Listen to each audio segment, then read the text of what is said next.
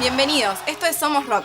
Yo soy Camila, él es Nahuel y en este ciclo los vamos a estar acompañando en el recorrido de todos los recitales de rock más recordados en la Argentina. Por el público, el contexto, por cómo lo mostraron los medios y sobre todo por cómo lo viviste vos, un recital se puede volver verdaderamente inolvidable. Vamos a revivir aquellos recitales que han quedado en el inconsciente de todos nosotros. Vamos a tener entrevistas a especialistas del tema, vamos a tener testimonios, un montón de cosas en este programa. Así es, el programa de hoy va a estar dedicado a uno de los recitales de una de las bandas más convocantes del rock nacional. ¿Se imaginan cuál es? ¿Lo vemos?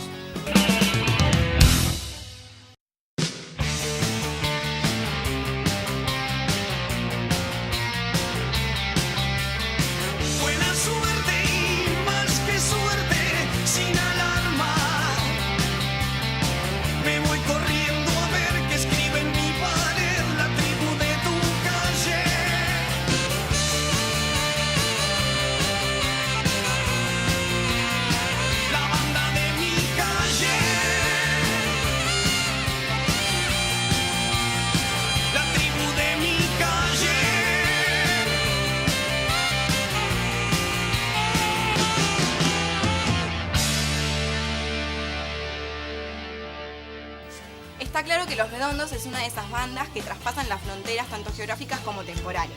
En este primer bloque vamos a estar revisando los orígenes de la banda en el rock nacional. Y haremos un breve recorrido sobre cómo fue la trayectoria de Los Redondos hasta Racing 98. De esto y mucho más hablamos con Daniel Salerno, licenciado en Comunicación, quien nos dio un enfoque social del fenómeno ricotero. Además tendremos la opinión de Diego Gassi, un periodista de rock que nos va a dar un enfoque muy interesante sobre el rol de Los Redondos en la cultura musical nacional. ¿Lo vemos? Patricio Rey y sus Redonditos de Ricota fue una de las bandas más convocantes del rock argentino. Forjaron una identidad propia que los distinguió del resto. Hay determinadas estilo, música, cadencia, como le quieras llamar, que se identifica que es de Los Redondos. Y eso es una marca única que probablemente ni un especialista en marketing te lo puede explicar. Conocida popularmente como Los Redondos, la banda surgió en La Plata hacia 1976, en plena dictadura, producto del intenso movimiento cultural de aquella década.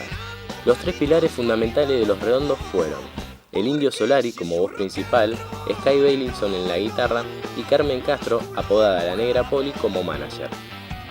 En sus primeras presentaciones ponían en escenas números de teatro y ballet, mientras se repartían redonditos de ricota entre el público.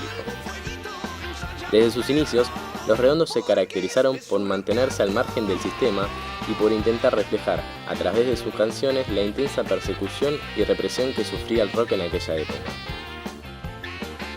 Lo que sucede con el rock y con el 80% de determinadas manifestaciones culturales en la dictadura es que dejan de tener circulación, empiezan a ser perseguidos, empiezan a no tener trabajo, sus músicos empiezan a ir al exilio.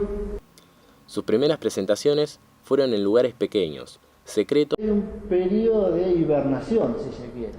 Eran pequeños grupos que tocaban en lugares que ya son míticos, o eran grupos de personas que escuchaban las grabaciones de los primeros 70, que lo mantienen o se recrean en esa especie de círculo privado. Vamos a decir que el rock es bastante privado, o sea, queda más hacia el ámbito privado. La mirada crítica que transmitían algunas de sus canciones acerca de los medios de comunicación era coherente con la postura de la banda de no aparecer en televisión y dar pocas entrevistas a medios gráficos. No hace mucho me preguntaban por qué no dábamos reportajes y yo les decía que lo que sucedía es que ya teníamos la suficiente edad para, en vez de bajarles línea a los chicos, escucharlos, porque en sus nervios hay mucha más información del futuro que los tipos de nuestra edad pueden tener para aconsejarlos. Los Redondos siempre se manejaron de manera independiente de las grandes firmas discográficas. Esto lo distinguió de otras bandas. Lo que tienen de novedad es cierta forma de gestión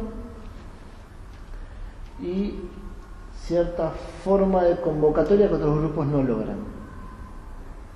Sociológicamente es uno de los pocos grupos que une dos clases sociales, ¿no? Las vanguardias más ilustradas de los jóvenes universitarios, tanto de La Plata como de Buenos Aires, hasta cierto lumpen proletariado. Creo que musicalmente han sabido plantear cosas muy claras, sin tener demasiado en claro cuál fue la fórmula, pero en la práctica lo pudieron hacer, y que cualquiera hoy en día acá en Argentina escucha una canción de Los Redondos y sabe que es de Los Redondos. Entre 1981 y 1982 graban sus primeros demos, Mariposa Pontiac, Superlógico y Pura Suerte, que lograron una importante difusión en las radios porteñas. 2 años después de la vuelta a la democracia, en diciembre de 1985, llegó el turno del primer disco, Cult. El segundo trabajo discográfico, Octubre, de 1986, terminó de lanzarlos a la masividad con críticas positivas por parte de la prensa especializada. Sus hits más importantes fueron Semen Up, Fuegos de Octubre y Motorcico. A partir de 1990, Los Redondos realizaron constantes presentaciones en discotecas como Cemento y el Estadio Obras. Esto modificó en parte la relación entre la banda y su público. Muchos consideraron que presentarse en el mítico estadio de Avenida Figueroa Alcorta consistía en una traición a los principios siempre enarbolados por el grupo de no transar.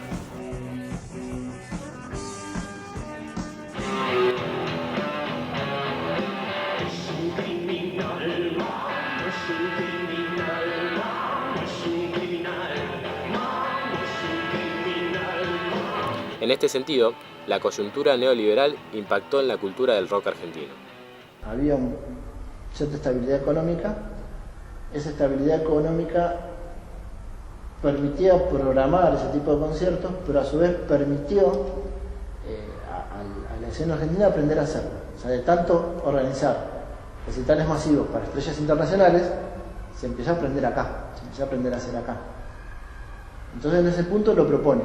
Digo, no, era impensable en otro momento hacer un recital para otra banda. El menemismo afectó la degradación de la cultura en general y del rock en particular. Lo que después se lo rotuló como el rock chabón no se entiende sin el menemismo de por medio. La popularidad de la banda vino acompañada de incidentes al interior del público y enfrentamientos con la policía. El caso más recordado es aquel que involucró la muerte de Walter Bulacio, en abril de 1991, en una de las tantas presentaciones de la banda en el Estadio de Obras Sanitarias. Sucede lo de Walter Bulacio, ahí hay una especie de estigmatización hacia la música de rock y no hacia el dispositivo de seguridad. 3 años más tarde, en 1994, tocaron por primera vez en un estadio de fútbol, Huracán. Durante 2 noches consecutivas, Los Redondos presentaron su último material discográfico, Lobo Suelto, Cordero Atado, llegando a reunir 80.000 ricoteros entre ambas fechas.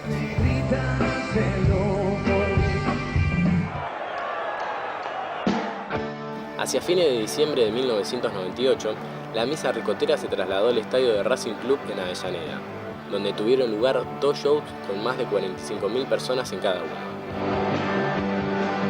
Como Los Redondos no podían tocar en Capital, estaba prohibido en Stack, no lo dejaban tocar. Entonces lo más cercano que había tocado a Capital era Avellaneda. Tocar en la provincia y tan cerca de Capital fue como mojarle la oreja a los gobernadores de turno. Hasta acá la primera parte de nuestro informe especial. En el próximo bloque vamos a seguir reviviendo Racing 98. Ya seguimos con más Somos Rock.